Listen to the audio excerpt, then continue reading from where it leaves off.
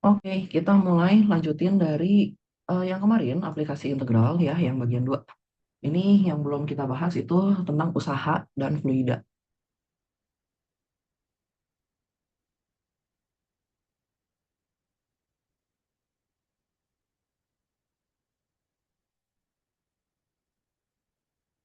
Oke, nomor satu yang bagian E dulu. Yang bagian E kita cepat aja ya, yang konsep dasarnya ya. Jadi di sini potongan, satu potongan delta W. Jadi jangan lupa rumusnya adalah W sama dengan F dikali distance ya.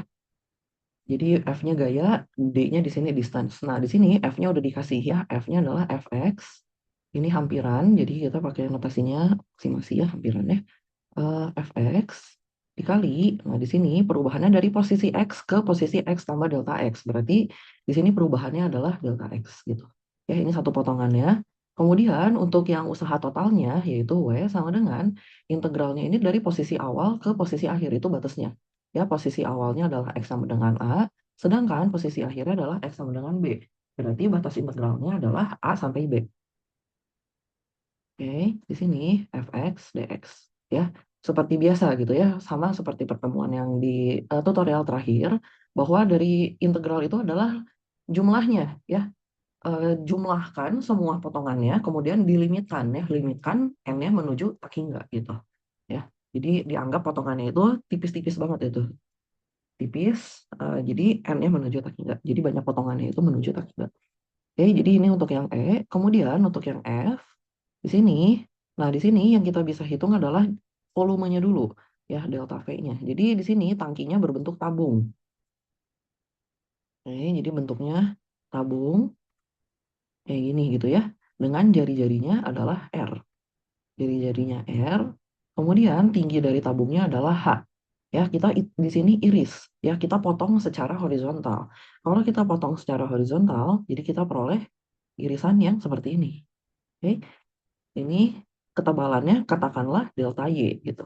Jadi di sini kita bisa menghitung delta V-nya adalah volume tabung. Berarti luas alas adalah pi R kuadrat dikali ketinggian atau ketebalannya gitu ya. Itu volume dari satu potong satu potongannya gitu ya.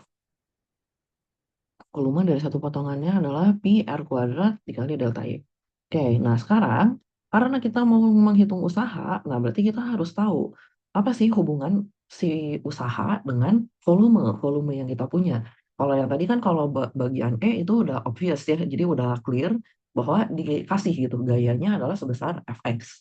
Ya, jadi kita bisa langsung menggunakan rumus ini. Nah, di sini ternyata hubungan antara gaya dengan volume itu adalah di sini kita mempunyai berat jenisnya ya. Jadi kita harus kali kali dulu dengan berat jenisnya. Jadi delta ya, delta yang kecil ini delta dikali V dikali distance-nya ya. Jadi kalau buat jarak mah sama distance. Tapi kalau dalam kasus ini adalah si Y-nya gitu. Karena dia dimintanya ke tepi atas ya. Karena dimintanya ke tepi atas berarti tepi atasnya adalah di sini ya, ketinggian H. Ketinggian H sampai ke Y itu berapa? Yang ini tingginya berapa? Katakanlah ini dari dasar ke tinggi potongannya ini adalah Y. Artinya jarak dari tepi atas ke bawah ya, ke potongan ini adalah H dikurang Y. Nah, jadi di sini si distance-nya itu nanti kita akan pakai H min Y gitu. Oke, jadi ini saya balikin dulu. Berarti kita pakai rumus yang ini ya. Delta dikali delta V dikali. Nah, di sini distance-nya kita pakai yang ini. Si H min Y-nya. H kurang Y. Oke, kita buka di sini delta V-nya adalah pi R kuadrat H min Y delta Y. Ya, jadi saya ubah urutan aja, urutan penulisan. Karena biasanya delta Y itu ditulisnya di akhir. Ya, soalnya kalau di integral itu dia berubah jadi dy. Tuh. Oke, ini ya, di potongannya. Artinya di sini, kalau kita mau menghitung total usahanya, integral dari 0 sampai H. Oke, integral dari 0 sampai H dari delta pi R kuadrat H min Y kali delta Y. Kali delta Y. Ini udah berubah jadi dy. Ya. Gitu. Sebentar.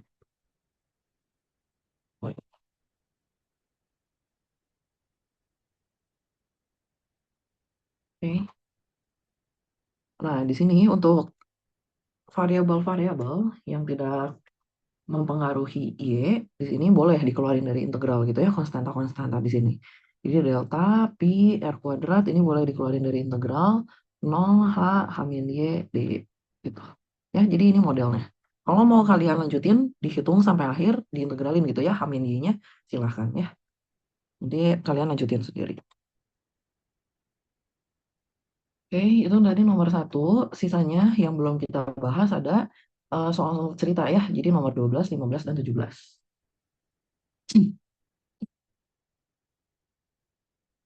Oke, jadi buat yang nomor 12 di sini kita bahas tentang pegas dulu. Ya, ini rumusnya adalah fx sama dengan a dikali x. Ya. Nah, di sini kalau dia punya panjang alami 2 meter, artinya di sini x sama dengan 0. Ya, jadi acuannya gitu. Panjang alami 2 meter, artinya di sini x sama dengan 0. Nah, di sini kalau panjang pegas ya, panjangnya menjadi setelah ditarik jadi 2,1. Artinya di sini si X-nya itu berubah ya jadi 0,1. Nah, di sini karena dia X-nya jadi 0,1 setelah ditarik dia jadi 2,1. Artinya X-nya sama dengan 0,1 gitu ya. Diperlukan gaya sebesar 30 Newton. Artinya di sini ketika F-nya itu F-nya ketika X-nya sama dengan 0,1 gitu. Oke, ini K sama dengan X-nya 0,1. Nah, artinya di sini kita bisa menghitung konstanta pegasnya. Konstanta pegasnya adalah F 0,1 itu sama dengan 30. Oke, sama dengan K dikali 0,1. Artinya K-nya itu 300 Newton per meter. Ya, ini konstanta pegasnya. Oke, kemudian untuk yang B, nah sama ya, jadi kita tentukan dulu. Delta W-nya apa? Delta W-nya adalah, tadi ya, yang dari nomor satu kita peroleh bahwa delta W-nya adalah Fx dikali delta X. Nah, Fx-nya kita udah punya. K-nya 300 dikali X. Ya, Fx-nya adalah yang ini. Fx-nya ini. Ya, K-nya tadi kita udah dapat 300. Artinya jadi 300x dikali delta X. Oke. Nah, berarti W-nya itu sama dengan, nah ini dari berapa sampai berapa? Dari panjang alami menjadi eh, sepanjang 2,5 meter. Artinya waktu panjang alami itu adalah keadaan awal ketika X sama dengan 0. Nah, ketika ditarik menjadi panjangnya 2,5, itu artinya X-nya itu menjadi 0,5. Ya. Jadi keadaan panjang terakhir dikurang panjang alaminya. Itu adalah X-nya gitu ya. Oke, berarti di sini jadi 300x dx. Ya. Ini diintegralin biasa hasilnya adalah 150x kuadrat. Batasnya dari 0 sampai setengah. Oke.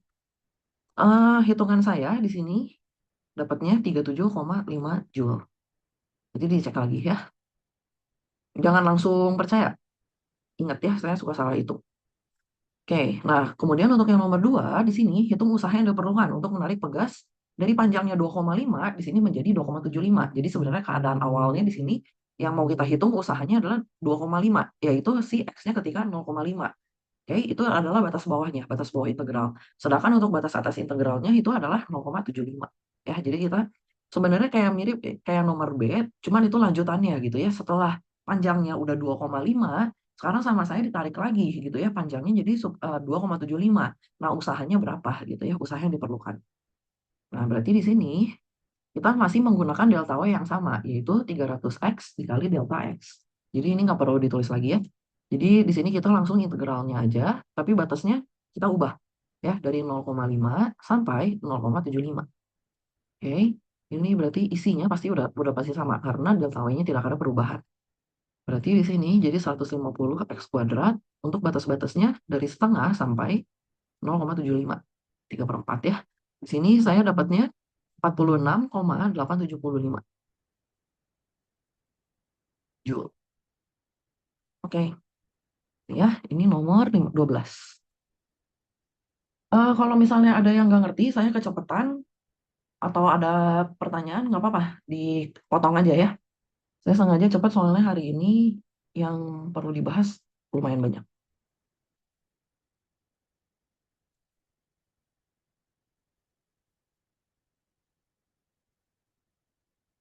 Oke, kalau nggak ada pertanyaan, lanjut ya, nomor 15.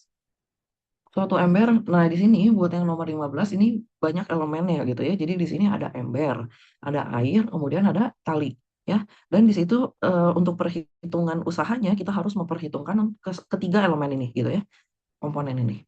Oke, berarti kita data dulu gitu ya satu-satu ya. Berarti ember adalah 0,5 kilogram. Ilustrasinya kurang kurang lebih kayak gini kali ya. Berarti di sini ada tali gitu ya. Di sini panjang talinya.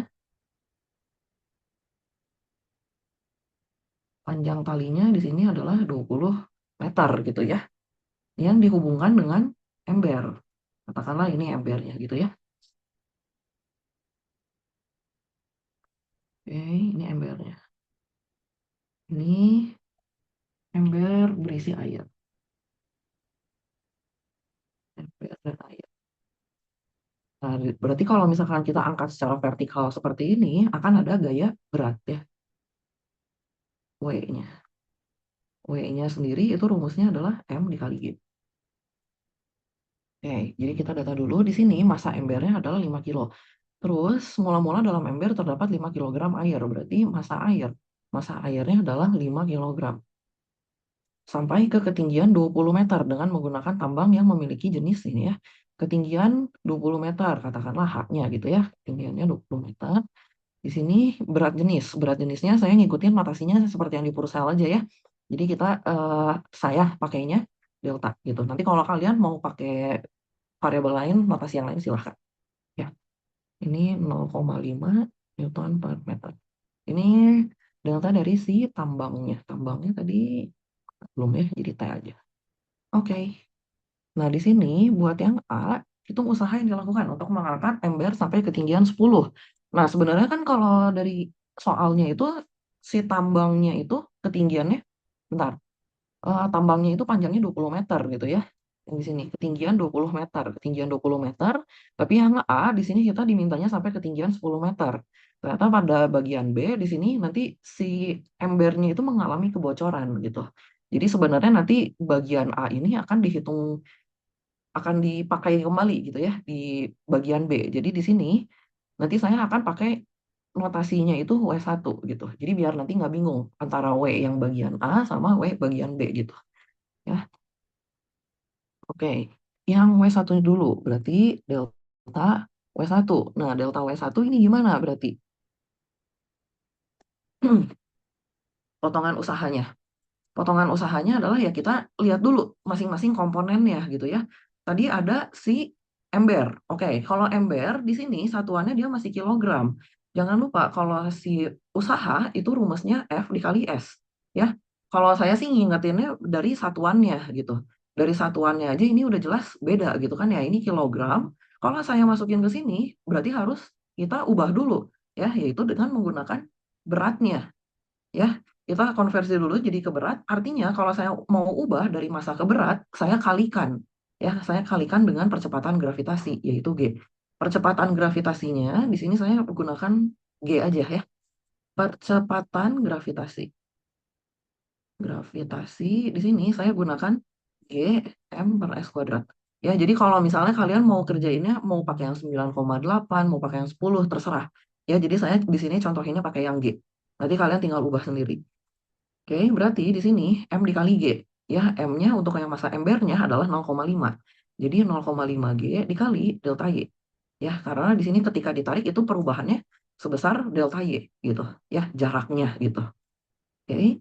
Kemudian di sini saya hitung juga usaha yang berlaku untuk si airnya. Berarti di sini sama ya. Jadi massa airnya adalah 5 dikali G dikali delta Y. Oke, ditambah. Nah, ini agak beda gitu ya. Kalau buat yang delta T di sini, buat yang si tambang, artinya di sini si berat jenis tambangnya 0,5, ini harus dikali dengan jaraknya dulu, yaitu si Y-nya. 0,5 Y dikali delta Y. Gitu ya. Jadi dari sini kita sederhanakan gitu ya bentuknya. Kita sederhanakan bentuk si delta W-nya supaya nanti kalau diintegralin jadinya lebih simpel bentuknya. Berarti jadi 5,5 G ditambah, ini kan sama semuanya delta Y semua, setiap sukunya ada delta Y, jadi kayak saya faktorin gitu ya, saya sederhanakan atau saya faktorkan gitu. Jadi di sini delta delta Y-nya saya keluarin. Berarti 5,5 G ditambah 0,5 Y. Ya, ini dikali delta Y. Ini adalah delta W1-nya. Artinya sekarang saya bisa menghitung si W1-nya. W1-nya adalah keadaan tadi ya. Dia eh, tinggiannya 20, berarti di dalamnya dia 20 gitu ya. Berarti 0 sampai 10. Itu karena dia sampai ketinggian 10 meter. Jadi integralnya, batas integralnya dari 0 sampai 10. Yang di dalam integralnya di sini, integralnya adalah 5,5 G ditambah 0,5 Y. Ini G. G sama Y saya ini agak-agak mirip ya, jadi hati-hati nanti bacanya. Oke, ini kita integralin jadinya 5,5 G dikali Y ditambah, ini kan setengah ya. Jadi saya tulisnya seperempat aja. Seperempat Y kuadrat, batasnya itu dari 0 sampai 10. Oke, ini kalau saya buka jadinya 55G ditambah 25 Joule. Gitu. Ya, supaya nanti nggak ribet gitu ya hasilnya supaya bagus, kalian G-nya mau dikali 10 ya silahkan. Ya. Tapi jangan lupa ditulis gitu asumsi kalian. Ya, dengan menggunakan percepatan gravitasi G sama dengan 10 meter per second gitu. Meter per second kuadrat. Oke, lanjutnya buat yang bagian B di sini. Nah, ternyata di sini ada kebocoran ya tadi. Pada ketinggian 10 meter, ember tersebut bocor. Ya, jadi waktu di Y-nya sama dengan 10, M-nya itu masih sama dengan 5. Tapi waktu di ketinggian 20 alias ketika Y-nya sama dengan 20, itu ternyata habis. Ya, air itu udah habis karena tadi embernya bocor. Berarti kita data dulu ya. Anggaplah Y1 itu Y awalnya. Y1 itu 10 meter. Y2 itu adalah 20 meter. Oke, terus M1-nya tadi keadaan awalnya dia masih 5 kilogram. M2-nya waktu mencapai ketinggian 20 meter ternyata udah habis airnya. Jadi M2. Oke, ini saya pakai M besar aja ya. M besar, M besar. Nah, karena dia tadi kebocorannya konstan ya. Lajunya konstan.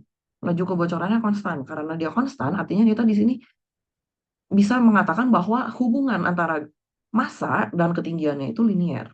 Ya, jadi kita bisa tulis ke dalam rumus. Jadi M itu sama dengan M kecil. M kecil di sini menyatakan gradien. Oke, ini gradien. Slope-nya, ya kemiringannya. Gradien dikali Y ditambah C. Gitu. Oke, buat M sendiri itu adalah delta M besar dibagi delta Y. Ya, jadi 0 kurang 5 dibagi 20 kurang 10. Cara saya kayak gini, kalau misalnya cara kalian ada yang berbeda nggak apa-apa ya.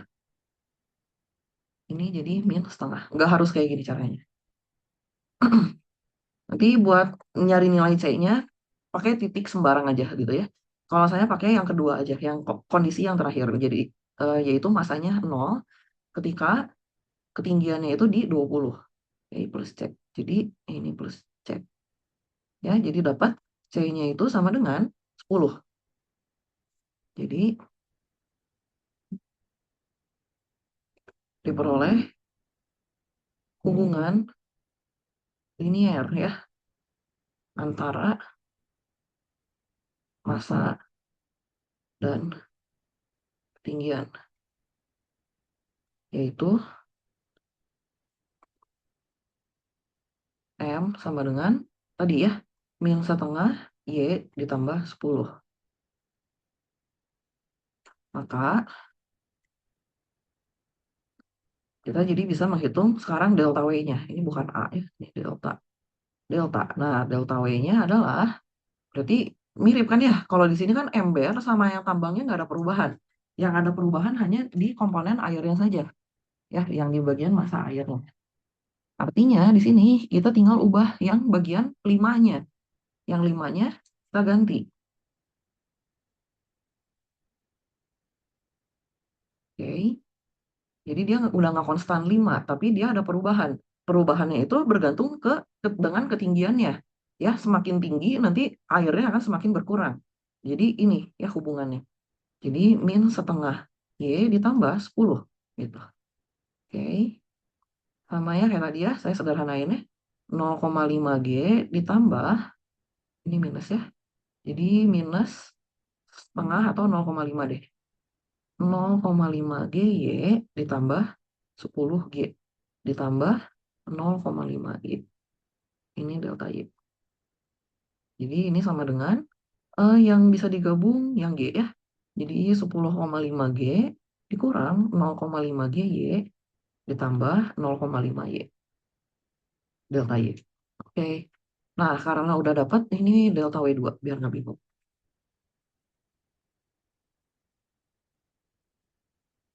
Oke, jadi W-nya di sini sama dengan, nah kita melanjutkan gitu ya, berarti ketinggiannya sekarang integralnya dari 10 sampai 20, yaitu yang dalam integralnya jadi yang ini, ya, 10,5 G dikurang 0,5 GY ditambah 0,5 Y, ya, di Y. Oke, nanti buat yang W2-nya, kalian hitung sendiri ya, lanjutin sendiri ya, perhitungannya. Ini dapatnya apa? Nah, tapi jangan lupa, oke, yang ditanya sama soal. Usaha total yang telah dilakukan mulai dari awal mengangkat ember. Berarti yang ditanya itu W total. Ya, W total itu adalah W1 yang tadi sudah kita hitung di bagian A. Ya, W1 yang ini. Jangan lupa dijumlah gitu sama hasil yang W2. Itu ya, nanti hasil akhirnya apa. Tuh, jadi hati-hati kalau baca soal. Kan sayang gitu ya kalau kalian udah dapat W1 W2-nya, kelupaan gitu W totalnya. Oke, beres ya yang nomor 15. Sekarang kita lanjut yang nomor 17. Kalau ada yang nggak ngerti, tanya aja ya. Saya bahas terus kalau kalian nggak nanya. Jadi kalau ketinggalan berarti salah kalian sendiri. Di sini. Tempat penampungan air, penampang vertikal berbentuk trapesium. Oke, ini ya. Nah, saya irisnya kalau kayak gini iris horizontal. Ya, kalau iris vertikal mah tidak bermakna apa-apa gitu. Oke, di sini saya kalau iris horizontal berarti bentuknya jadi gini ya. Berarti jadi dapat sebuah balok tipis gitu. Ya, yang panjangnya 3, nah lebarnya yang kita nggak tahu, katakanlah X gitu lebarnya ya. Buat tingginya yaitu ketebalannya, delta Y. Oke, jadi soal yang kayak gini, kita tentukan dulu delta V-nya ini berapa. Ya. Delta, sebelum menghitung delta V-nya tadi, kita harus mencari tahu X-nya ini berapa. Ya, jadi kita gambar dulu si trapesiumnya.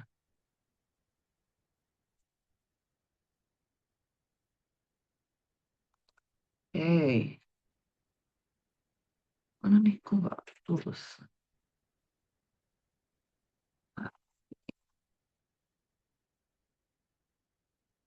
Nah berarti di sini panjang sisi sejajarnya. Panjang sisi sejajar 2 meter sama 1 meter. Ya ini eh, lihat aja gitu ya, lebih panjang yang mana. Yang lebih panjang yang atas berarti yang atas adalah 2 meter. Yang bagian bawah 1 meter gitu ya. Nah di sini trapesiumnya sama kaki. Artinya bagian yang sisi miring ini panjangnya sama. Oke, karena dia panjangnya sama, otomatis kalau misalnya saya tarik garis seperti ini, artinya yang bagian atas yang ini 1 meter. Betul?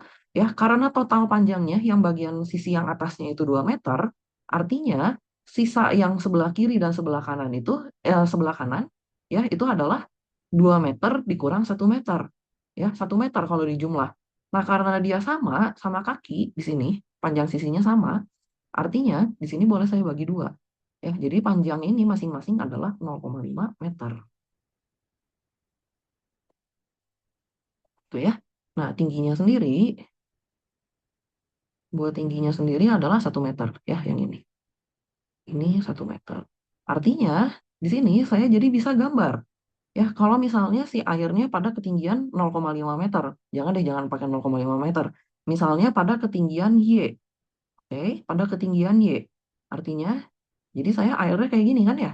Ini adalah X-nya. X-nya adalah ini, 1 ditambah, katakanlah R di sini. Jadi, R ditambah R. Ya, R yang kiri sama R yang kanan. Jadi X itu sama dengan 2, 1 tambah 2R gitu. Nah, kita mau cari R-nya ini nilainya berapa sekarang. Nah, buat cari nilai R-nya kita pakai kesebangunan ya. Segitiga yang di sini adalah sebangun. Berarti saya gambar dulu sebentar segitiganya. Ini gitu ya. Udah anggaplah ini segitiga gitu. Oke, panjang totalnya. Ini tinggi dari si segitiganya ini adalah 1 meter. Sedangkan untuk yang kecil, yang bagian ini, itu adalah Y. Ya, ini R. Kemudian panjang sisi yang ini adalah 0,5. Dari kesebangunan kita peroleh. Jadi Y dibagi 1 itu sama dengan R dibagi 0,5. Jadi di sini dengan kali silang saya dapat, oh ini R-nya adalah setengah Y. Ya, atau 0,5 Y gitu. Artinya di sini saya balikin lagi ke rumus X-nya. X-nya artinya saya dapat 2 dikali setengah R. Jadi X-nya itu sama dengan 1 tambah R. 1 tambah R.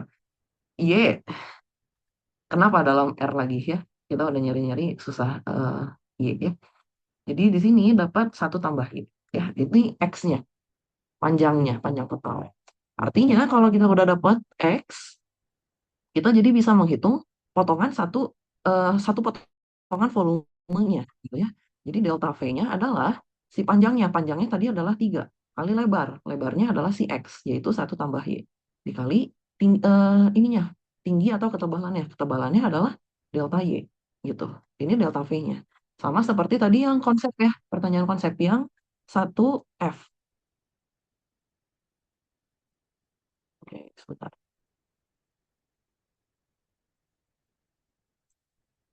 Oke, berarti sama ya kayak tadi ya. Yang F. Nah ini, setelah kita dapat delta V-nya, berarti kita nanti dapat delta W-nya.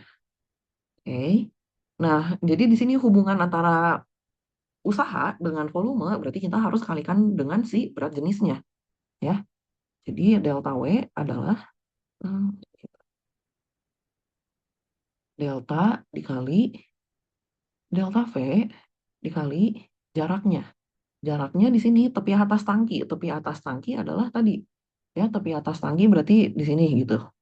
Oke. Bagian sini itu mau,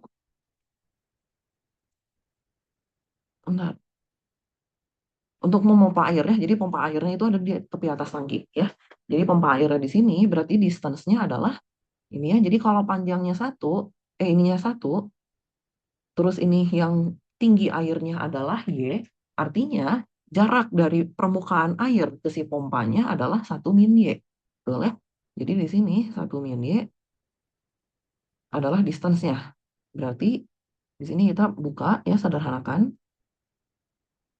si delta V-nya, berarti jadi 3 delta dikali 1 tambah Y, 1 kurang Y dikali delta Y. Ya, ini sama dengan, ini saya gabungin ya, 1 tambah Y sama 1 min Y-nya, jadi 1 min Y² dikali delta Y. Oke, jadi karena udah dapat delta W-nya, artinya kita sekarang bisa menghitung W-nya ya. W-nya adalah 0 sampai 0,5, karena tinggi airnya hanya 0,5 meter. Hati-hati ya, di sini jangan pakai 1 batas integralnya. Ya, kalau penuh baru benar gitu, pakai 1. Kalau ini kan nggak penuh airnya. Oke, ini 3 delta, 1 min Y², delta Y-nya jadi berubah jadi D. Oke, jadi 3 delta, 0 sampai 0,5, 1 min Y² D. Oke, nah di sini saya langsung kasih hasil akhirnya. Nanti kalian coba cek lagi sendiri ya. Ini saya dapatnya 11/8 delta Joule. Kalau kalian ada pendekatan yang lain, caranya beda sama saya juga boleh. Ya, harusnya mau pakai cara yang berbeda juga, hasilnya harusnya sama gitu. Oke, kecuali ada definisi yang berbeda. Ketinggian 1 meter di atas tangki. Nah, kalau tadi si pompanya itu tepat di ini ya, eh, tepat di tepi atas tangki. Kalau di sini ada jaraknya lagi gitu, dikasih jarak lagi sebesar 1 meter. Nah, artinya di sini yang berubah itu adalah kalau volumenya mah tetap sama, volumenya tetap sama gitu ya. Berarti yang berbeda itu adalah si delta W-nya. Ya, delta W-nya berarti udah nggak boleh pakai yang kayak gini lagi. Ya, pengaruhnya itu di bagian 1 min Y-nya. Oke, ini saya copy dulu ya.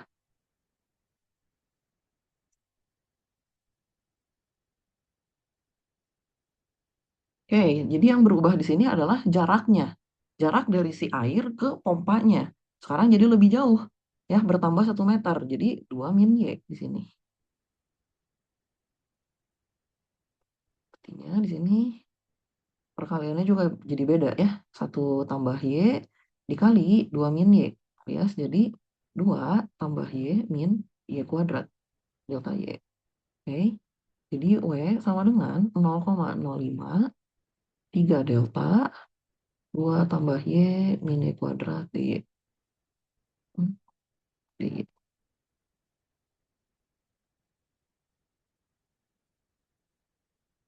0,5 di sini 2 tambah Y min Y kuadrat di Oke, berarti di sini jadi hasilnya 13/4 delta Joule.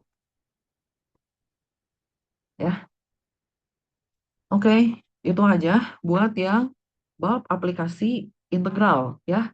Khususnya buat bagian yang usaha dan fluida.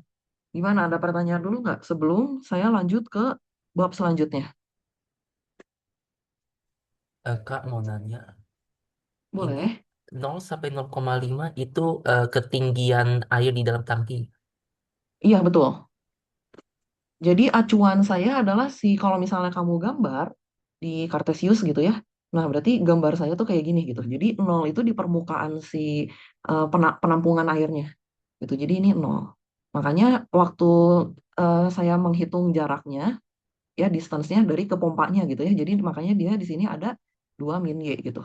Sama kalau yang bagian A itu 1 min Y jadinya. Baik Kak, makasih. Oke, ya.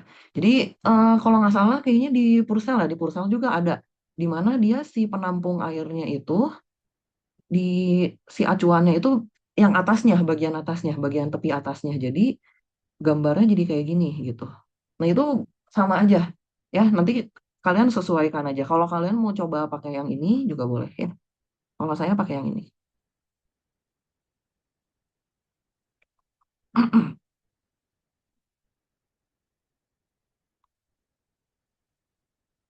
Ada lagi yang masih belum jelas?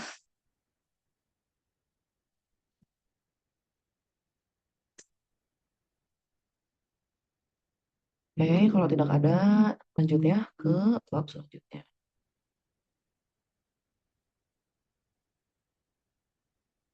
Oke, bab 6 ya, bab 6 bagian 1.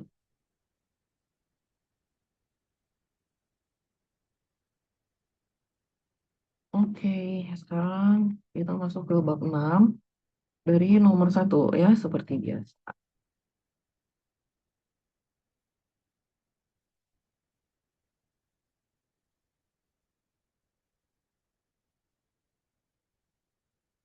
Oke, definisi ya, definisi dari ln. Ln itu logaritma natural. Ya, sebenarnya mah kalau dari sifat itu sama ya, sama dengan logaritma biasa yang udah kalian dapat gitu dari SMA gitu ya. Bedanya kalau ln itu udah bentuk khususnya, di mana dia di sini basisnya adalah ya, bilangan Euler. Oke, buat ln sendiri itu fungsinya didefinisikan dengan A itu fx sama dengan ya integralnya di sini dari 1 sampai x gitu 1/t dt. Ya, jadi kalau kalian sebelumnya belajar di bab integral, mungkin kalian juga sempat bingung gitu ya kalau misalnya integral dari 1/t itu apa? Kalau 1/t bentuknya kan T-1. Ya, kalau misalnya di integralnya itu kan berarti jadi ditambah 1 pangkatnya, betul ya? Kalau ditambah 1, loh ini bukannya jadi T pangkat 0 ya kalau berdasarkan definisi integral yang sebelumnya gitu kan ya. Nah, kalau ini jadi ada bentuk khususnya gitu ya. Jadi dari definisi ini kita definisikan aja gitu bentuk integral yang 1/t dt ini adalah ln x gitu ya. Untuk batasnya dari 1 sampai x. Makanya di sini untuk yang x-nya kalau misalnya nilainya kurang dari 1, dia nilainya jadi negatif ya, sesuai. Gitu. Oke, ini untuk yang fungsinya, definisi fungsinya. Sedangkan di sini untuk yang B, daerah asal sama daerah hasilnya. Untuk daerah asal, di sini tulisnya D, F gitu ya, nama fungsinya. Ini saya pakai notasi interval aja, biar cepat ya, nggak pakai yang himpunan. Oke, di sini si daerah asalnya adalah 0 sampai kaki nggak. Jangan lupa nolnya nggak boleh masuk ya. 0 itu nggak ada. Ya, pangkat berapa hasilnya sama dengan 0? Nggak ada ya. Jadi 0. Nolnya itu pakai kurung buka ya, selang buka di sini. Kemudian untuk daerah hasilnya RF itu sama dengan, nah di sini dari min tak hingga sampai tak hingga ya, alias seluruh bilangan real. Ya, kalau seluruh bilangan real notasinya ini ya, R.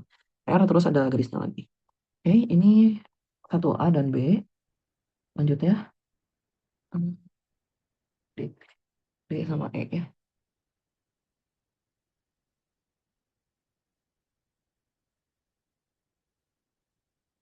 Oke, yang D dulu. Nah, ini ya sifat fungsi. Sifat dari logaritma natural di sini sama kayak logaritma biasa ya. Jadi ln AB itu sama dengan ln A ditambah B, ln B gitu. Ya, jadi kalau perkalian yang di dalam logaritmanya itu sama dengan penjumlahan ya, dipecah, diurai. Oke, sedangkan untuk yang ln A per B di sini itu adalah ln A dikurang ln B. Ya, kalau pembagian jadi pengurangan. Terus kalau ln A pangkat R, nah di sini pangkatnya kita kedepanin ya, dijadikan konstanta koefisiennya. Jadi R dikali ln A gitu. Oke, ini yang D gampang ya.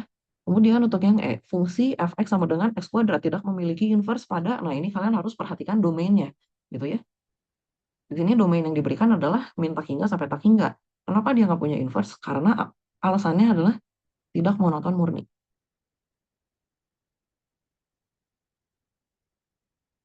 Atau ada yang bilang juga tidak injektif gitu.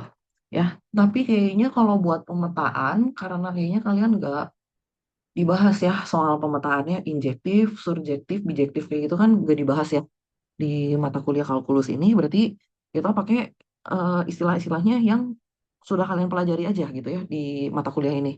Yang kalian udah pelajari adalah istilah kemonotonan gitu. Ya, jadi di sini alasannya tidak memiliki inverse adalah karena pada selang min tak hingga sampai tak hingga dia tidak monoton murni. Oke, kalau lupa gimana? Tahunya dia tidak monoton murni dari mana? Ingat ya kalau monoton itu berarti dari turunan pertamanya. Berarti kalian cek aja dari turunan pertamanya. Si f aksen x itu sama dengan 2x. Oke, terus seperti biasa cek pembuat nolnya. Pembuat nolnya adalah f aksen x sama dengan 2x sama dengan 0 alias x-nya sama dengan 0. Nah, dari yang pembuat nol ini kalian cek tanda. Oke. Cek tanda di sini 0. Nah, berarti buat yang daerah yang sebelah kiri 0, yang bilangannya negatif. Kalau kita substitusi lagi ke f aksennya, kita dapat nilai negatif. Ya, sedangkan untuk yang sebelah kanan 0, yang lebih besar dari 0 itu positif. Nah, berarti di sini ada perbedaan kemonotonan gitu ya. Yang dari min tak hingga sampai 0, lalu yang 0 sampai tak hingga gitu. Ya, turun dia di min tak hingga sampai 0. Ini saya tahu penulisannya tidak bagus ya. Nanti kalian rapihin sendiri. Oke, ini biar cepat aja gitu. Jadi turun itu dari min tak hingga sampai 0, naiknya dia 0 sampai tak hingga. Gitu. Jadi dia tidak monoton murni. Oke, ini buat yang bagian pertama. Sedangkan, nah di sini buat yang gx sama dengan x kuadrat. Nah dia di sini dibatasin domainnya. Ya meskipun sebenarnya kalau domain alaminya mah eh, bilangan real gitu ya, seluruh bilangan real gitu. Tapi di sini untuk kasus ini dia dibatasin untuk yang g-nya. Ya, yaitu pada selang x-nya adalah anggota dari min tak hingga sampai 0 ya, diselang min tak hingga sampai 0. Nah, dia di sini memiliki inverse. Kenapa dia memiliki inverse? Karena dari min tak hingga sampai 0 dia monoton turun ya, punya inverse karena pada selang min tak hingga sampai 0 dx fungsi g lah. Fungsi g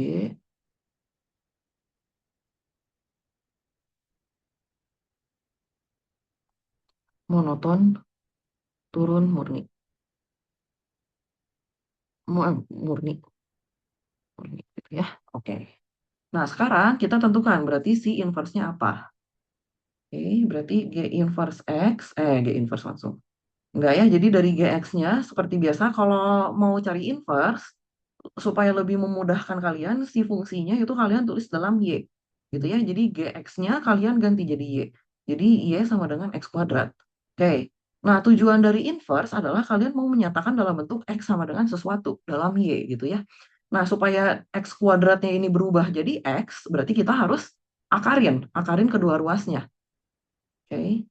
Nah, kalau diakarin kedua ruas, jangan lupa, kalau akar dari X kuadrat itu sama dengan mutlak X. Ya, jadi jangan langsung X di sini. Kalau kalian langsung kayak gini salah jadinya. Oke, jadi di sini harus pakai mutlaknya. Mutlak X. Nah, dari sini kalian buka ya definisi mutlaknya. Mutlak X adalah negatif X untuk X-nya yang kurang dari nol dan nilainya X adalah ketika X-nya lebih besar sama dengan nol. Nah, karena si X-nya itu dari minta hingga sampai nol, artinya kita menggunakan definisi yang ini. Ya, kita buka. Jadi, mutlak X-nya adalah negatif X. Ya, jadi kita dapat X-nya adalah negatif akar Y. Jadi, G inverse-nya adalah negatif akar X. Ya, jadi biasanya suka salah bagian sini.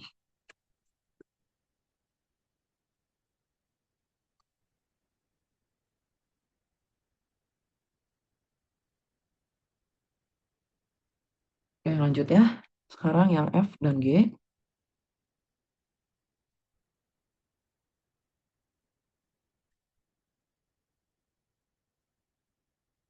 Oke, kalau yang F di sini kita pakai teorema fungsi inverse. Teorema fungsi inverse-nya di sini adalah turunan dari inverse-nya ya di B itu sama dengan 1 per turunan di A ya dengan jadi ada hubungannya gitu ya AB-nya ini nggak boleh sembarang. Hubungannya adalah FA sama dengan B ya. Oke, sekarang buat yang G di sini Y sama dengan 1 tambah ln X ya. Di sini minta dinyatakan dalam bentuk X sama dengan sesuatu. Nah, berarti saya pindah-pindah ruas dulu. Berarti si X-nya dibiarin dulu sendiri, jadi ln X, saya pindahin ke kiri gitu ya. Jadi yang ini saya gabungin, yang nggak ada X-nya. Jadi 1 min Y. Oke, artinya di sini X itu sama dengan pangkat 1 min Y. Ya. Jadi jangan lupa, kalau log AB sama dengan C, itu boleh saya tulis jadi A pangkat C sama dengan B. Jangan lupa tadi ya, kalau logaritma natural itu basisnya E. Ya, jadi kalau ln B itu sama dengan C gitu misalnya. Ln B sama dengan C. Berarti di sini jadi E pangkat C itu sama dengan B. Ya, basisnya adalah E. Bilangan Euler. Oke, yang G udah. Berarti kita lanjut yang nomor 1 terakhir ini yang M ya.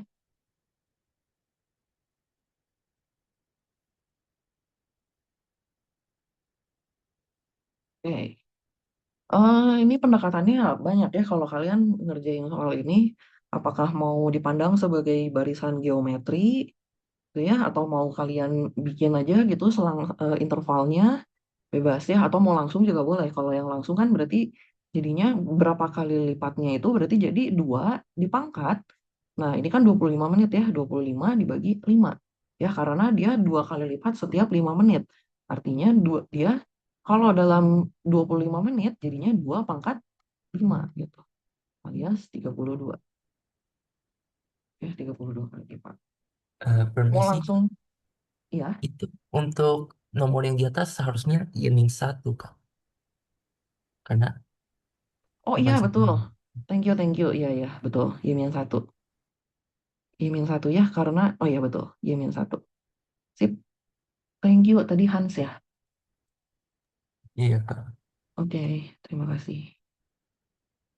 Ada lagi nggak tadi saya sebelum-sebelumnya ada yang salah nggak? Kalau ada yang salah bilang ya. Jadi supaya nanti kalau ada yang belajar lagi dari sini nggak salah gitu. Ya. Oke, ini yang M ya tadi ya. Ya, kalau yang M tadi ini langsung aja ya 32 kali lipat.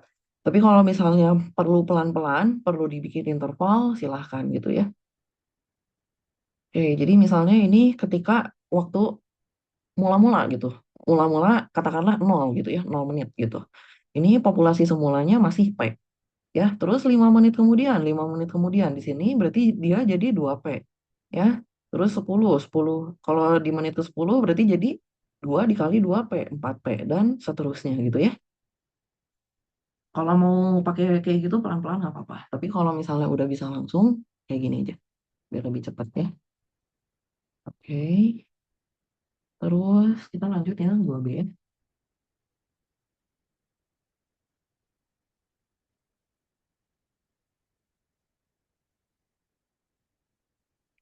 Oke, nah di sini 2B kita diminta untuk menghampiri nilai ya. Yang bagian B di sini menghampiri nilai ln 2 per 3.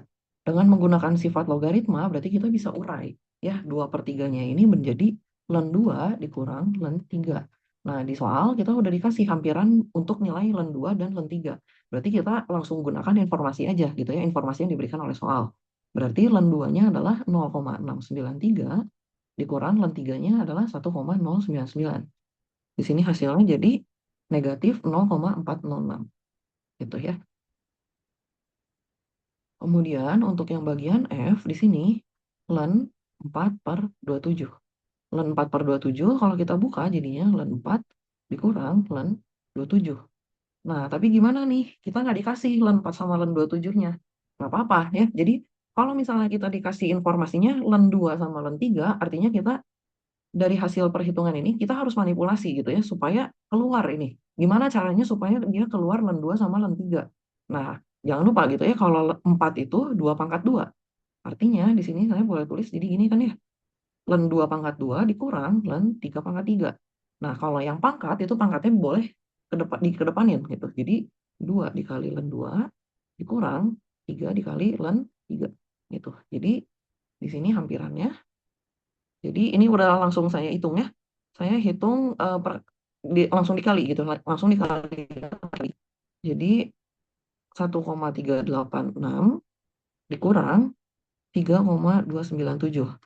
Saya dapat hasilnya min 1,911. Oke.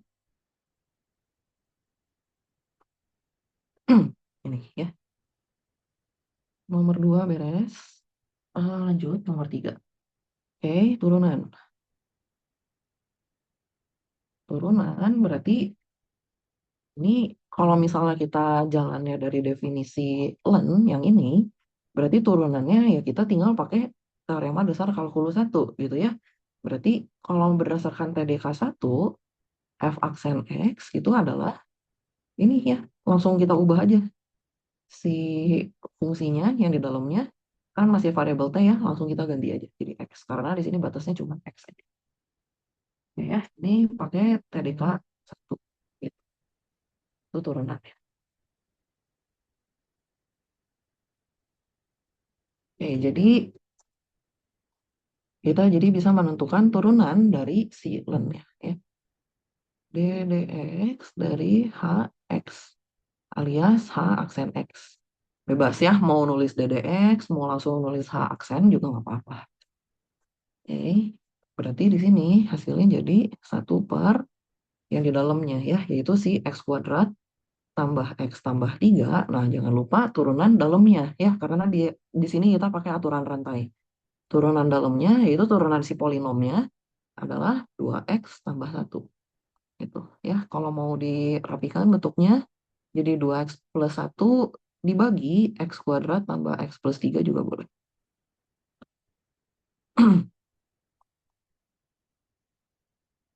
Oke, itu tadi nomor 3. Sekarang kita nomor 4 integralnya.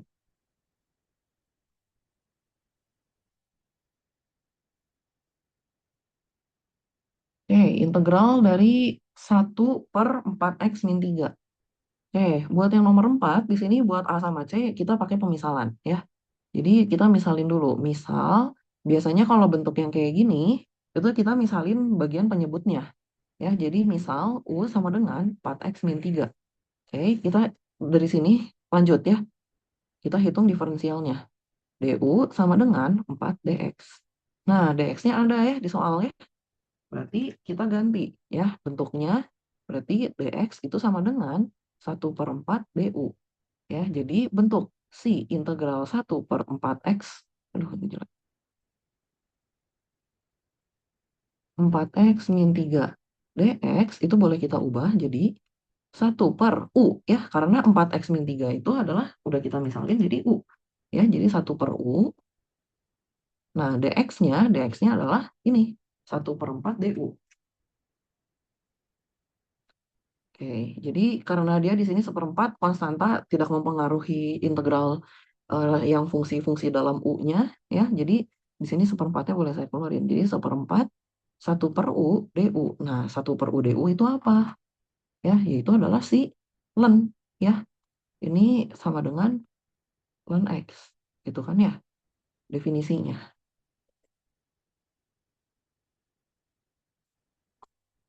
Jadi yang ini hasilnya adalah 1/4 len mutlak u plus c. Gitu. Nah, jangan lupa kalau udah dapat hasilnya, jangan dibiarin dalam U gitu. Ya.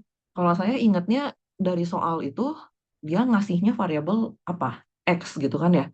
Berarti solusi yang kalian berikan itu harus dalam variabel X juga ya. Biasanya itu kesalahan mahasiswa itu jawabannya suka nggak lengkap gitu. Jadi ngerasanya oh ini udah beres nih, yang penting mah udah beres diintegralin. Tapi dia di sini variabelnya masih dalam U. Nah, kalau kayak gini biasanya poinnya itu jadi nggak full gitu ya. Jadi dari hasil ini harus kalian kembalikan lagi ke variabel awalnya, ke variabel X-nya gitu. Jadi di sini hasilnya adalah seperempat len mutlak 4x min 3 plus C gitu. Jangan lupa di sini lennya itu dimutlakin. Ya, jadi ini menunjukkan bahwa nilai dari si 4x min 3-nya di sini nggak boleh negatif gitu. Ya, karena kalau misalnya nilainya negatif, dia jadinya si logaritma natural atau lennya ini jadi tidak terdefinisi gitu. Ya. Oke, ini buat yang A, kemudian untuk yang C di sini integral T. Berarti kita di sini misal U sama dengan T kuadrat plus 4 ya. K du itu sama dengan 2T dt. Nah, kita cek lagi di soalnya yang muncul apa? Oh, T sama dt.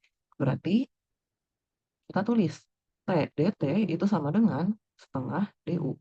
Artinya T dibagi T kuadrat plus 4 dt itu boleh saya tulis jadi ini kan 1/T kuadrat plus 4. 1/T kuadrat plus 4 adalah 1/U. Nah, buat T dt-nya sendiri itu adalah setengah du. Gitu ya.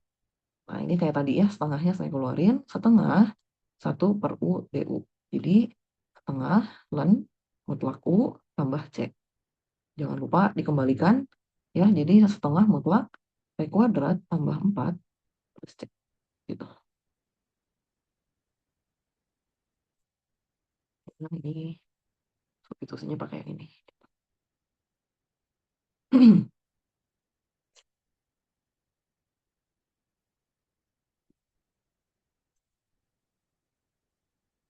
Oke, ya, itu nomor 4. Sekarang nomor 5.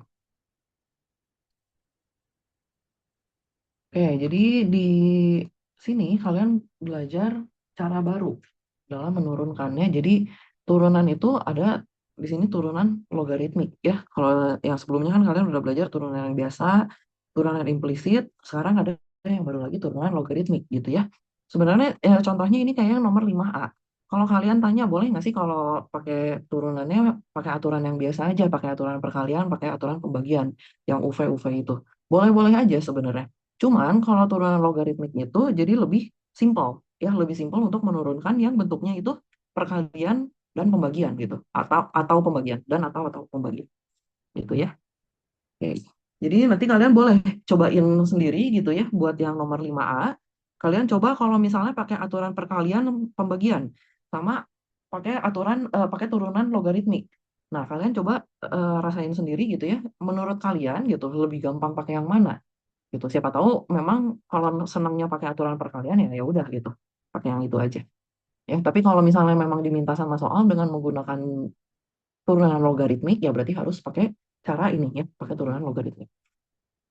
Oke, kita yang A di sini Y sama dengan X dikali X min 1 kuadrat dibagi akar X pangkat 3 min 1. Ya, kalau pakai turunan logaritmik itu, kedua ruasnya kita tinggal tambahin len. Ya, jadi len Y sama dengan len X dikali X min 1 kuadrat dibagi akar X pangkat 3 min 1. Oke, ini ya. Nah, dari sini kita sederhanakan gitu bentuknya. Kita urai ya.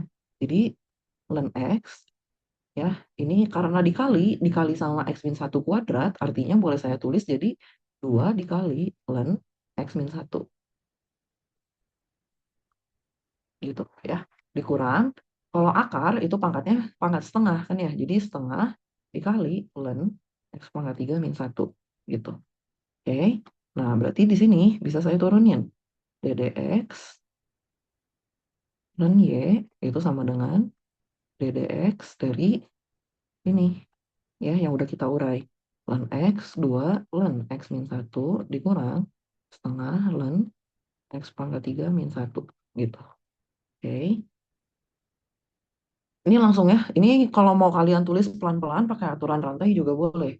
Ya, jadi DY, sorry, ini len Y, DY, DX. Mau pelan-pelan kayak gini juga nggak apa-apa ya.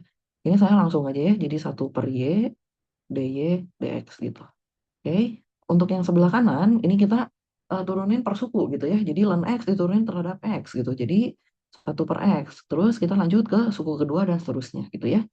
Jadi di sini dapat 2/X min 1 dikurang 1/2 dikali X pangkat 3 tambah min 1 ya.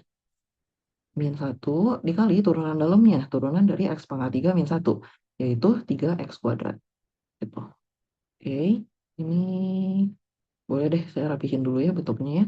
Jadi 1/X tambah 2/X min 1 dikurang 3X kuadrat dibagi 2X pangkat 3 min 1. Nah, di sini karena ditanyanya dy dx, artinya si 1/y-nya ini kalian pindahin ke ruas kanan gitu ya. Supaya dapat bentuk si dy dx-nya. Jadi bentuk dy dx-nya adalah yang ini. Nah, ini saya copy aja biar cepat.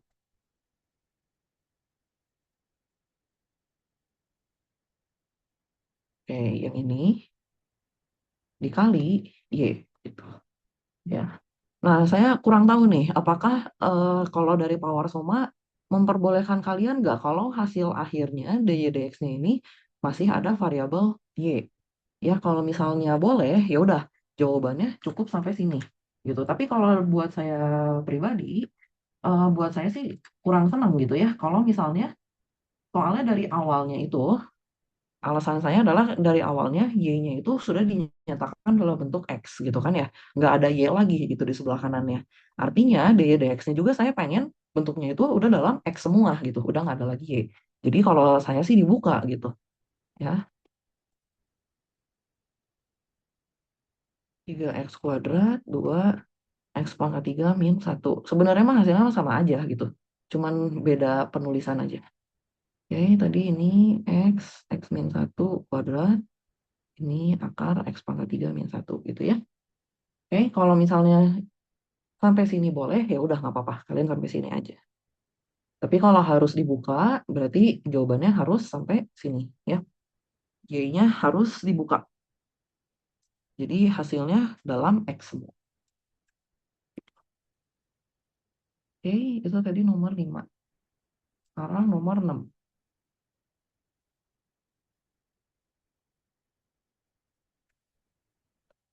Oke, tentukan daerah asal, daerah asalnya ya. Kalau tadi kita udah tahu bahwa daerah asal dari len X ya, X-nya yang biasa kayak gini. Daerah asalnya adalah dari 0 sampai tak hingga gitu. Nah, sekarang kalau buat yang A, itu fx-nya sama dengan len mutlak X gitu. Artinya, kalau fx-nya sama dengan len mutlak dari X, berarti di sini domainnya, domain dari F adalah min tak hingga sampai 0 ya digabung 0 sampai tak hingga ya, jadi nolnya mah tetap nggak masuk gitu. Kalau kalian mau nulisnya himpunan bilangan real selain nol, kayak gini juga boleh. Ya, notasinya boleh yang manapun gitu. Ini adalah daerah asalnya. Nah, kemudian di sini kita sketsa grafiknya. Nah, kalau sketsa grafiknya di sini, kalau kalian udah hafal bentuk dari gambar grafik dari len X. Kalau mau ngelanjutin dari situ, boleh ya. Oke.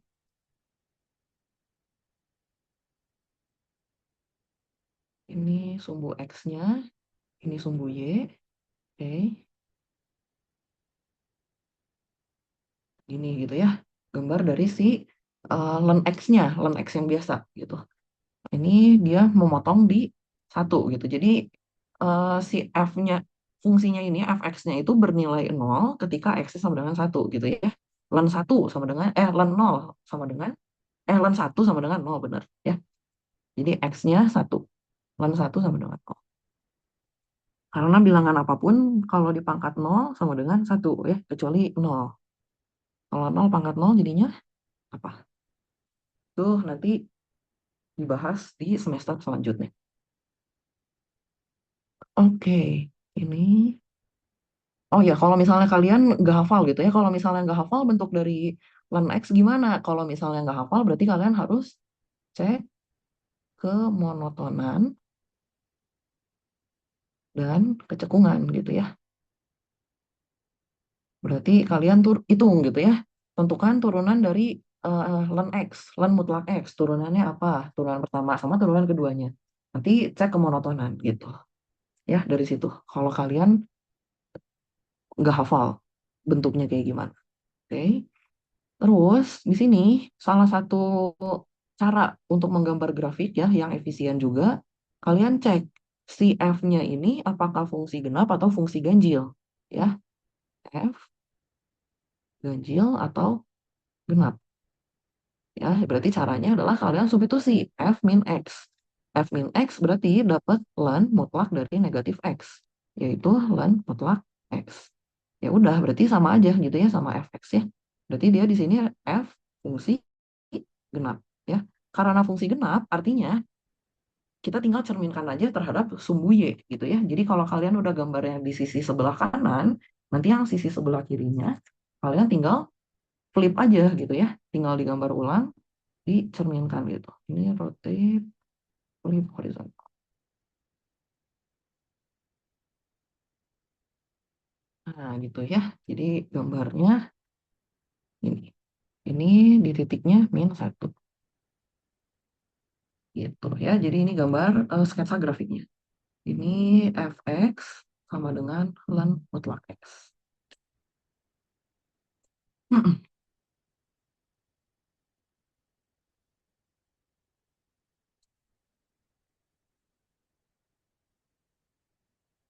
Jadi sampai nomor berapa ya? Nomor 6 ya.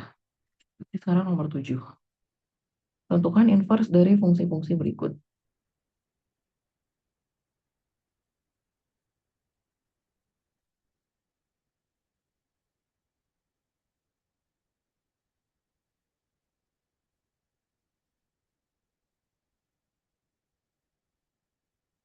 Oke, yang B di sini nyatakan x dalam y, fungsi inverse-nya biarkan dalam variabel y. Oke, ya. Jadi tadi ya, jadi si fungsinya gx-nya itu kita ganti jadi variabel y. Ya, jadi y sama dengan x tambah 4 dibagi 5x min 3. Ya, pasti dengan syaratnya x-nya itu nggak boleh sama dengan 3/5. Karena kalau X-nya 3/5, di sini ada pembagian dengan nol, jadinya tidak terdefinisi gitu. Nah, karena kita sudah bisa menjamin bahwa X-nya tidak sama dengan 3/5, berarti di sini kita bisa kali silang aja gitu ya. Jadi 5X min 3 dikali Y sama dengan X tambah 4. Kita buka, ya kaliin satu-satu. Jadi 5XY min 3Y sama dengan X tambah 4. Nah, karena tujuan kita adalah menyatakan si bentuk ini menjadi X sama dengan sesuatu, artinya yang ada X-nya kita kumpulin ke dalam satu ruas. Sedangkan yang nggak ada X kita pisah gitu ya. Oke, jadi di sini si X yang di sebelah kanan kita pindahin ke sebelah kiri. Ya, jadi 5XY dikurang X. Nah, 3Y-nya, negatif 3Y-nya karena nggak punya X, kita pindahin ke kanan. Karena dia negatif, kalau kita pindah ke kanan jadinya positif ya. 3Y tambah 4. Artinya di sini saya bisa keluarin nih X-nya ya. Jadi 5Y dikurang 1 dikali X gitu. Sama dengan 3Y tambah 4. Berarti X-nya sama dengan 3Y tambah 4 dibagi 5Y min 1 gitu. Kalau kalian ingat, kalau dulu kayaknya diajarin gitu ya, kalau misalnya pecahan, inverse-nya ada gitu cara cepatnya gitu ya. Jadi kalian tinggal balikin nih.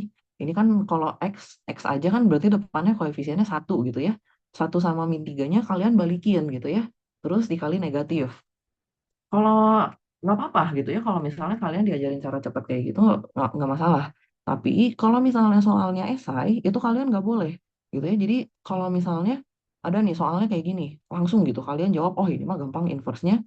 Berarti jadi GX itu sama dengan 3X tambah 4 5X min 1 gitu. Kalau misalnya kalian karena udah tahu cara cepatnya. Tapi setahu saya ya, setahu saya kalau di kuliah itu nggak boleh pakai cara kayak gini, nggak boleh pakai cara cepat.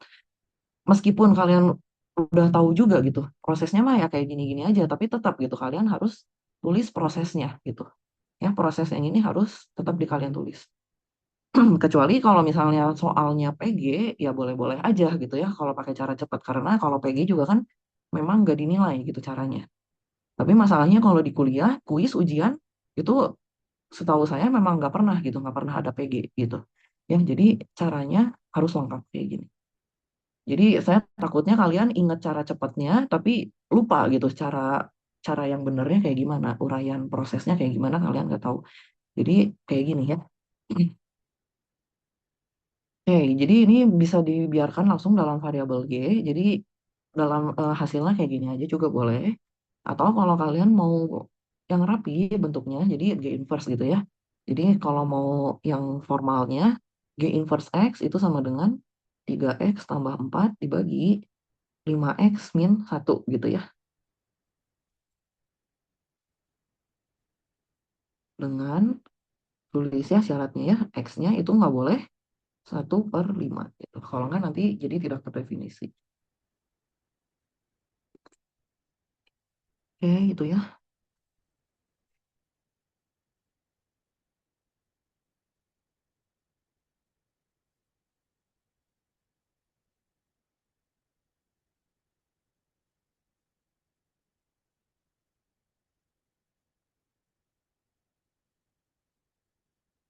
Oke, jadi di sini harus ditunjukkan dulu bahwa fungsi f-nya memiliki inverse pada daerah asal alaminya. Kemudian tentukan si turunan dari inverse-nya di titik A yang diberikan. Kalau di sini kita titik A-nya adalah A sama dengan 0 gitu ya. Oke, yang C berarti sama, berarti cek kemonotonan dulu. Oke, ya karena kita kalau mau ngecek gitu ya suatu fungsi itu memiliki inverse atau enggak, berarti kita cek dulu ya kemonotonan di daerah asalnya ya dari domainnya. Ini karena nggak dikasih ya anggap aja si domainnya itu bilangan real gitu ya domainnya. Oke, berarti f aksen x itu adalah turunan dari integral 1 sampai x 2 per akar t kuadrat plus 1 dt ya. Nah, di sini kita pakai TDK 1 ya. Berarti turunan dari integral ini adalah 2 per akar x kuadrat plus 1. Ya, ini dengan menggunakan TDK 1. Oke, nah sekarang kita cek. Si nilai 2 per x kuadrat plus 1 ini, diakarin ya, ini nilainya apakah selalu positif, selalu negatif, atau bisa keduanya? Oke, kalau kita lihat dari pembilangnya, 2. 2 dia di sini positif. Oke, kita abaikan ya, berarti atasnya positif. Nah, sekarang kita lihat, kita cek bawahnya. Bawahnya adalah akar x kuadrat plus 1. Nilai akar sendiri itu range-nya ya, itu selalu bilangan positif. Ya, jadi positif dibagi positif. Artinya dia di sini hasilnya positif ya. Yang di dalam akar x kuadrat plus 1 ini terdefinisi gitu ya untuk setiap x anggota bilangan real. Ya, jadi boleh kita bilang bahwa si F aksennya ini, si 2 per akar X kuadrat plus satunya itu adalah nilainya selalu positif untuk setiap X anggota bilangan real. Ya, ya, jadi ini huruf A yang kebalik ini itu notasi untuk setiap gitu ya. Jadi ini bacanya F aksen X lebih besar dari nol atau positif gitu ya. Untuk setiap X anggota bilangan real. Gitu. Oke. Nah, artinya ini kalian tulis gitu ya. Karena F aksen X lebih besar dari nol untuk setiap X anggota bilangan real, maka fungsi F monoton naik ya. Kalau dalam kasus ini berarti monoton naik murni dia. Monoton naik murni pada seluruh bilangan real. Sehingga F memiliki inverse. Oke, nah di sini nggak ditanya gitu ya inverse-nya apa. Cuman diminta menentukan turunan dari inverse-nya.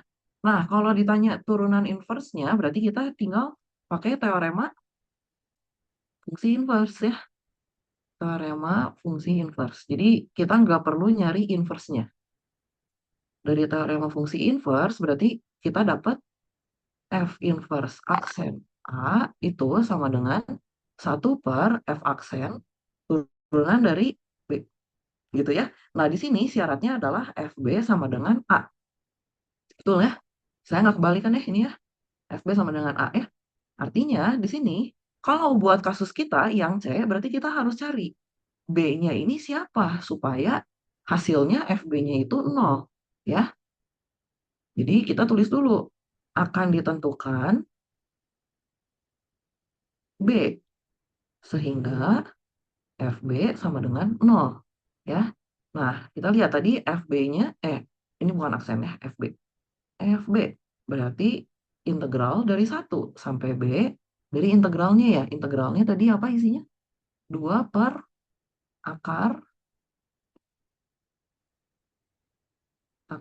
T kuadrat plus 1 dt gitu ya. 0. Nah, berarti B-nya berapa? Nah, yang paling gampang kita pilih aja ngelihat dari si batasnya gitu ya. Kalau integral itu nilainya 0 kalau nilai batasnya sama ya. Jadi paling gampang di sini B-nya sama dengan 1 gitu. Supaya hasil dari integralnya sama dengan 0 gitu. Ya. Ada cara lain juga kalau misalnya si fungsi yang diintegralinnya itu fungsi ganjil gitu ya. Kalau fungsi ganjil kan berarti pencerminannya. Tapi kalau yang ini mah susah lah. Ya, jadi ini kita pakai yang gampang aja. Jadi ini ada sifat integral. Kalau batasnya dari A sampai A, untuk fungsinya apapun gitu ya, ini nilainya sama dengan 0. Gitu. Ya, karena kita udah tahu B-nya sama dengan 1, dengan menggunakan teorema fungsi inverse, berarti kita peroleh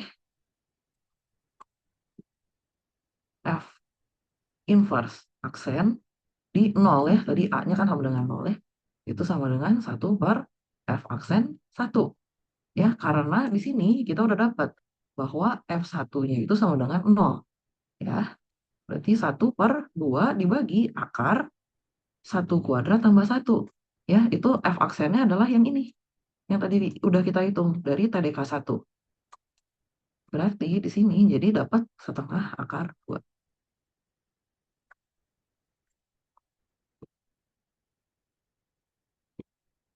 Kak, maaf mau tanya. Ya, Aku masih gak ngerti kenapa harus FB sama dengan nol. FB sama dengan 0 supaya bisa pakai teorema ini, fungsi inverse. Kita balik lagi tadi ke nomor 1 ya. Nah, yang ini. Ya, teorema fungsi inverse itu kayak gini. Jadi turunan dari inverse ya di B itu sama dengan 1/turunan si F-nya di A. Ya, dengan, nah ini ada syaratnya gitu. Jadi nggak bisa kamu sembarang B sama A. Ya, hubungan dari B sama A itu ditentukan dari sini. FA sama dengan B gitu. Oke. Nah, tadi eh, kalau yang dari teoremanya udah oke ya, yang ini ya. Kalau udah oke, nah kita lihat lagi tadi yang nomor 8C ya, yang nomor 8C yang ditanya adalah turunan di A. Ya, A-nya itu 0. Nah, berarti yang ini kan ya, FB-nya itu harus sama dengan A.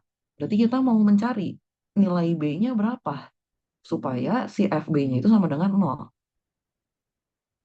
Ya, berarti kita di sini pakai fungsi yang ininya, fungsi yang awalnya, si fx-nya. Fx-nya itu adalah integral dari 1 sampai B artinya. Ya, karena kita mau mencari nilai B-nya supaya nilai FB-nya di sini sama dengan 0. Oke, Oke, Pak. Paham, oke, Kak. oke, sip.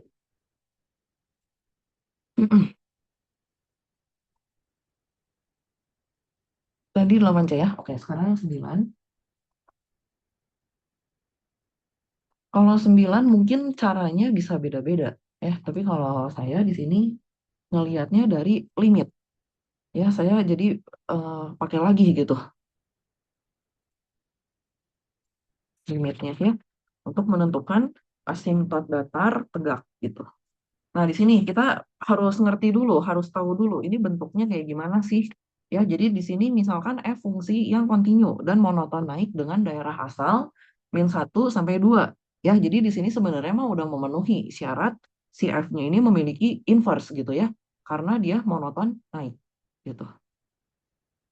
Nah, di sini kalau dia dari -1 sampai 2 artinya limit X menuju -1 dari kanan. Ya, -1 dari kanan. Dari fx itu adalah negatif tak hingga.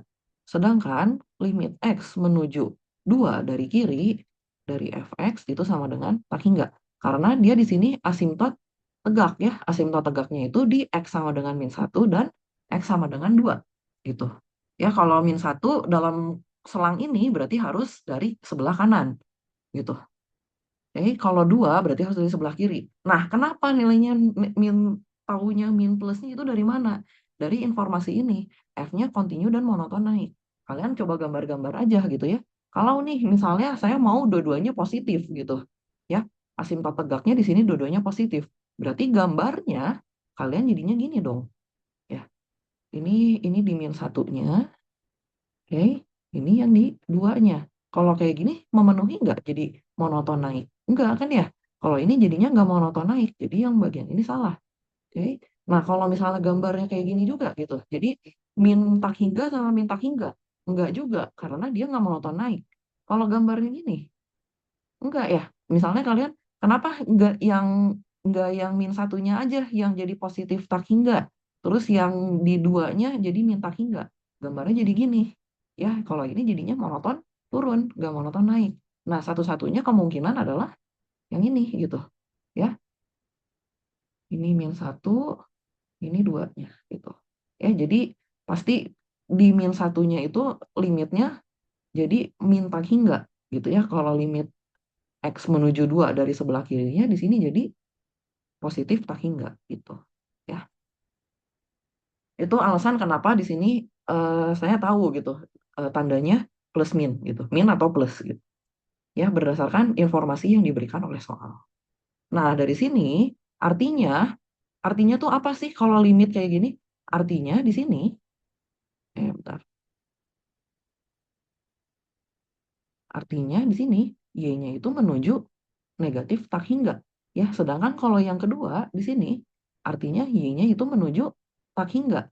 Ya, betulnya kalau kita ngelihat secara grafik juga kan sama gitu. Berarti y-nya ketika x-nya menuju 2 dari kiri, y-nya menuju tak hingga.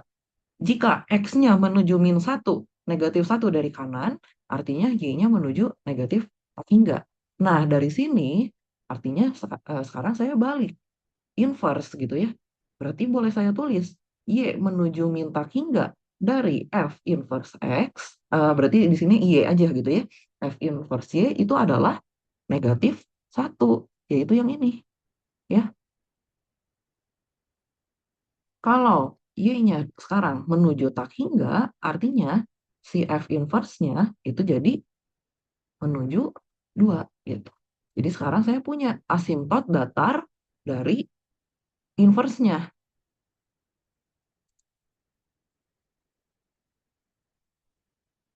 Asimtot datar dari adalah Y sama dengan min 1 dan Y sama dengan 2. Ini sebenarnya variabelnya kalau mau kalian balikin lagi ke X juga boleh gitu ya. Jadi limit X menuju min tak hingga dari F inverse X gitu ya, boleh gitu.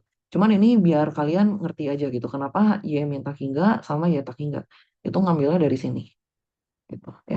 Kalau nanti kalian mau ubah ya silahkan. Ubah aja variabel. Sama aja.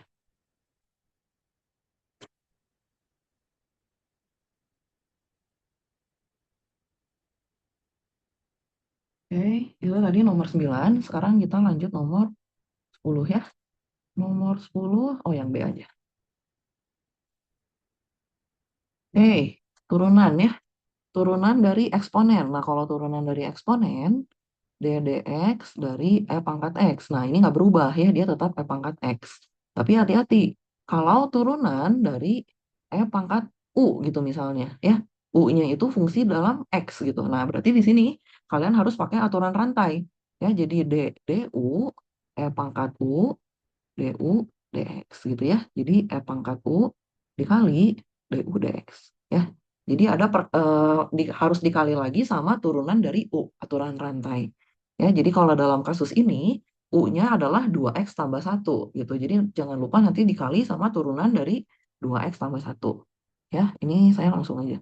ddx itu sama dengan ddx E pangkat 2x tambah 1.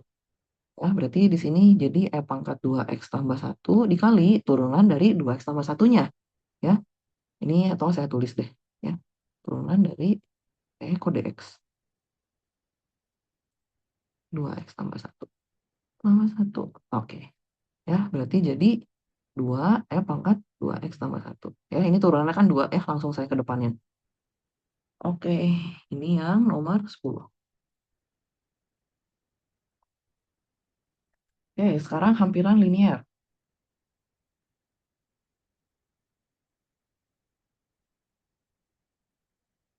Masih ingat hampiran linier? Hampiran linier. Ya, hampiran linier itu boleh ditulis jadi Lx sama dengan F itu di sekitar berapa? Di sekitar X sama dengan 0 kan ya? Berarti F0 ditambah F aksen 0 dikali X kurang 0. Ya, ini hampiran linier ya. Berarti F0 ditambah F aksen 0 dikali X. Nah, berarti sekarang kita tentukan F0-nya berapa? F0-nya adalah E pangkat 0. Nah, ini karena E-nya kan suatu bilangan ya, suatu bilangan yang bukan 0. Berarti kalau dipangkatin 0 jadinya sama dengan 1. Nah, F aksen X-nya di sini masih sama, E pangkat X. Artinya F aksen 0-nya sama, 1.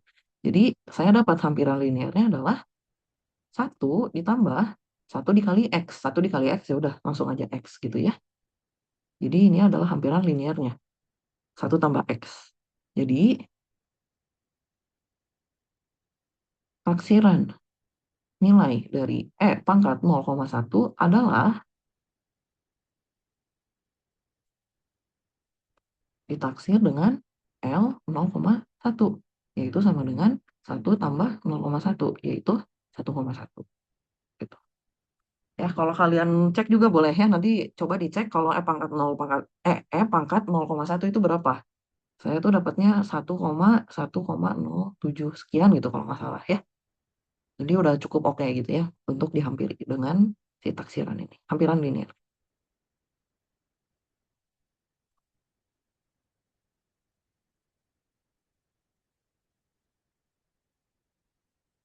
Mana sih soalnya? Nah, ini. 12 skip, sekarang kita nomor 13 ya. 13 B dan E.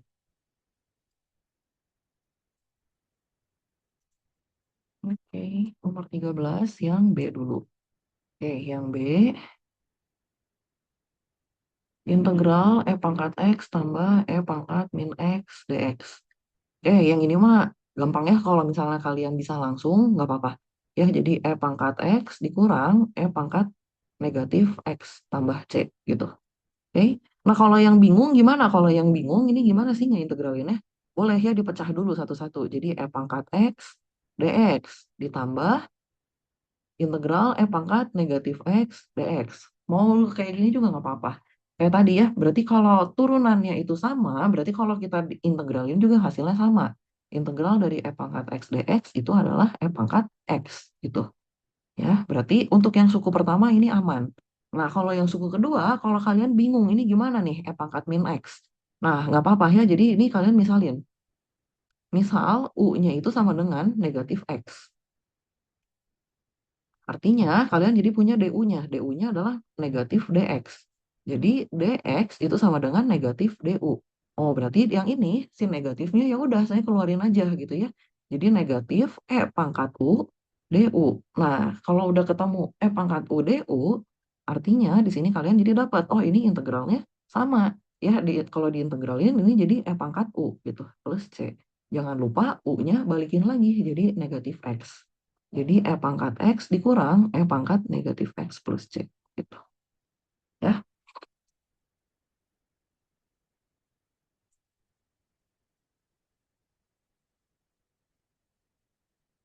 Sekarang lanjut yang E ya.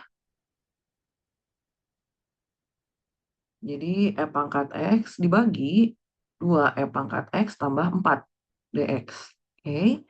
Nah yang ini misalin dulu. Misal U-nya adalah 2 E pangkat X tambah 4.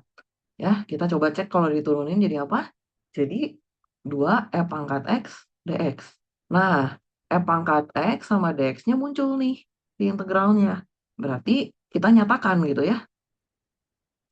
Berarti E pangkat X dx itu sama dengan setengah du. Nah, berarti kita ganti ya di sini ya. Jadi 1/U dikali setengah du. Oke, kayak yang tadi lagi ya. Jadi setengah integral 1/U du itu jadi sama dengan setengah ln mutlak U plus C. Oke, jangan lupa U-nya kita balikin. Ya, itu 2 dikali E pangkat X tambah 4. Udah ya, plus C.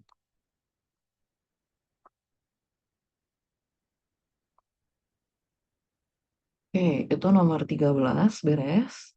14, 15 skip. Oke, sekarang nomor 16. Turunan.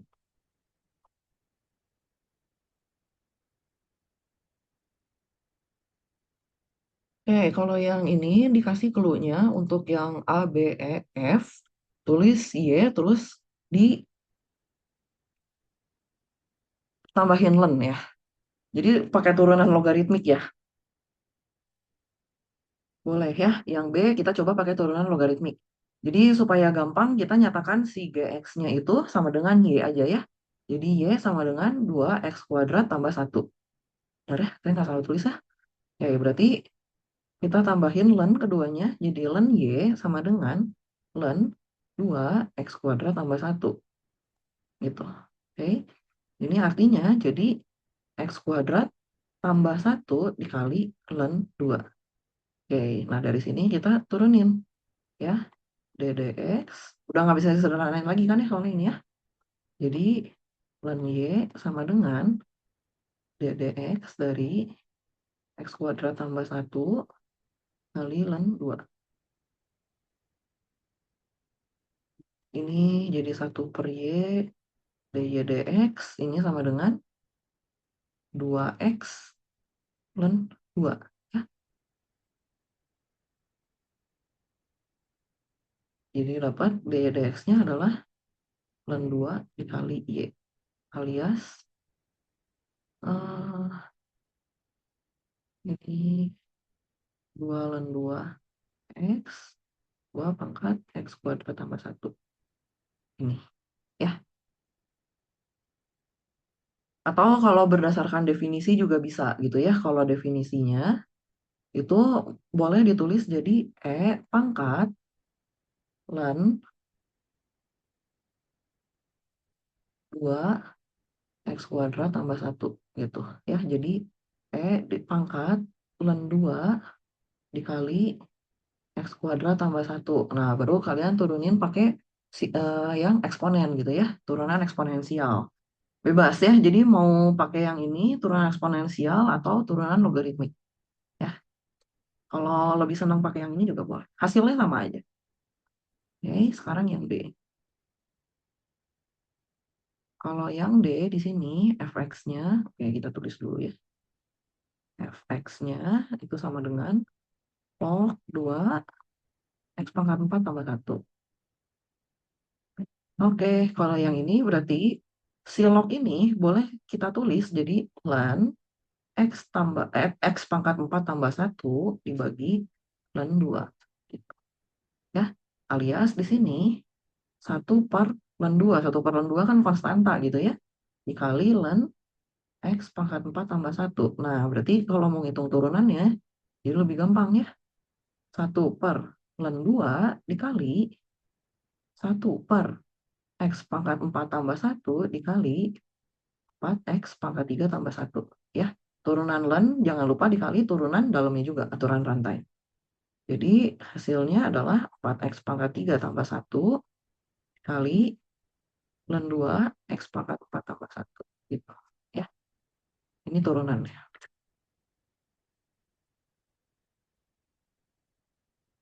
Oke, sekarang tinggal 2 nomor lagi.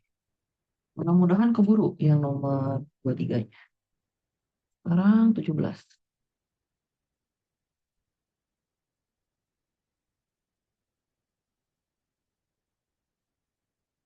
Integral. Oke, yang D ya. Integral batasnya 4 sampai 9 X pangkat minus setengah dikali 3 pangkat akar X dx. Oke, gimana? Ada ide nggak apa yang dimisalin ini?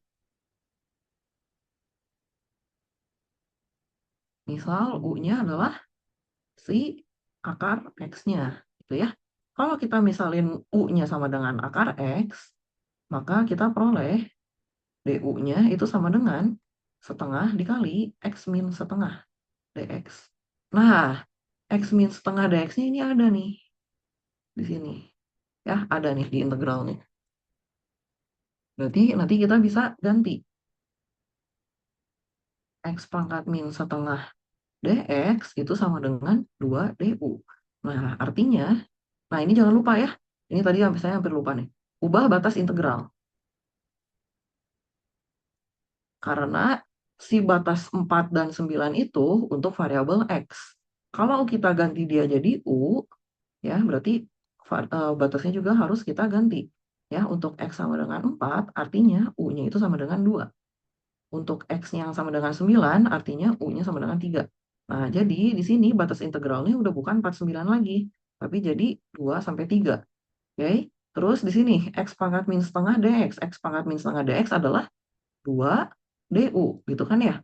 Nah, ini 3 dikali 3 pangkat akar X. Akar X adalah U. Gitu. Nah, ini boleh saya tulis jadi 3U du. Nah, integral.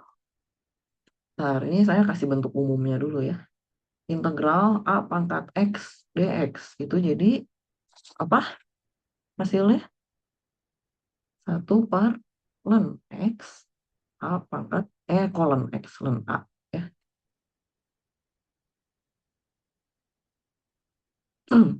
Nah, ya. Jadi buat yang ini hasilnya ln 3 pangkat U. Nah, ininya batasnya dari 3 sama 2.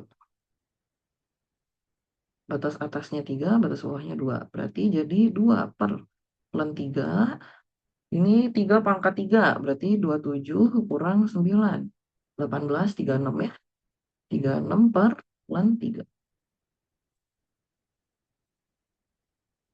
Gitu. Ya, ini nomor 17. Sekarang nomor terakhir buat di minggu ini. Ya. Nanti kalau ternyata saya ngejelasinnya lewat dari 10.40 dan kalian harus lanjut ikut kelas lain, nanti nggak apa-apa langsung keluar aja ya dari 10.40.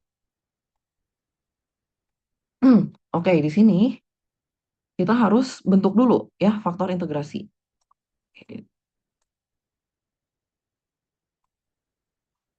Ini PD orde 1 ya. PD orde 1.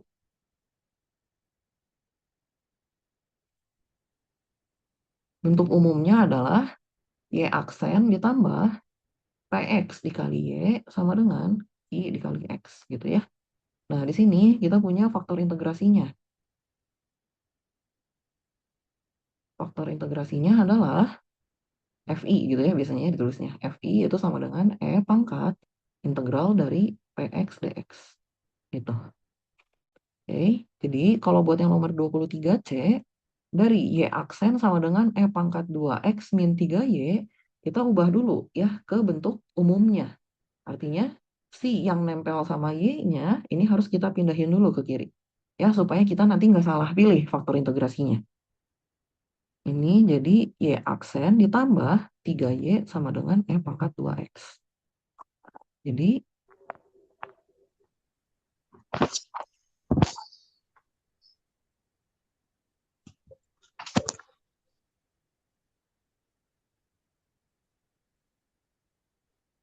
E pangkat integral. Nah, ini ya. Berarti dari sini kita dapat bahwa PX-nya itu sama dengan 3. Nah, jadi faktor integrasinya adalah 3 dx. Ya, integral 3 dx. Yaitu E pangkat 3x. Sehingga PD menjadi, ya. Nah, ini kita kalikan semua ya dengan E pangkat 3x-nya. E pangkat 3x, Y aksen tambah 3 E pangkat 3x, Y sama dengan, nah ini E pangkat 2x dikali E pangkat 3x artinya pangkatnya jadi di jumlah ya. 2x tambah 3x jadi 5x.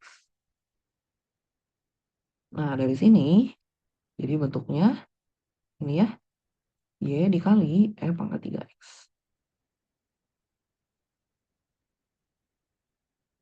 Oke. Nanti kalau yang bagian ini, baris ini, kalau nggak ditulis juga nggak apa-apa ya. Jadi mau kalian langsung setelah nulis faktor integrasi, langsung ke sini juga menurut saya nggak apa-apa ya. Ini biar kalian ngerti aja. Kalau ini dikali dulu, terus ditulis kayak gini jadinya ya. Jadi turunan yang perkaliannya. Ya. Oke, berarti dari sini intinya saya hitung Y pangkat 3X. Oke, itu adalah integral dari pangkat 5X dx. Ya, jadi pangkat 5X di sini kalau saya integralin jadi 1/5 pangkat 5X plus C. Gitu. Nah, ini jangan lupa sebelah kiri itu masih ada Y-nya. Artinya, masih ada E pangkat 3X. Artinya di sini saya pindahin E pangkat 3X-nya. Jadi 1/5 E pangkat 2X ditambah C E pangkat negatif 3X. Ya, di sini diketahui Y-nya sama dengan 0 ketika X sama dengan 1.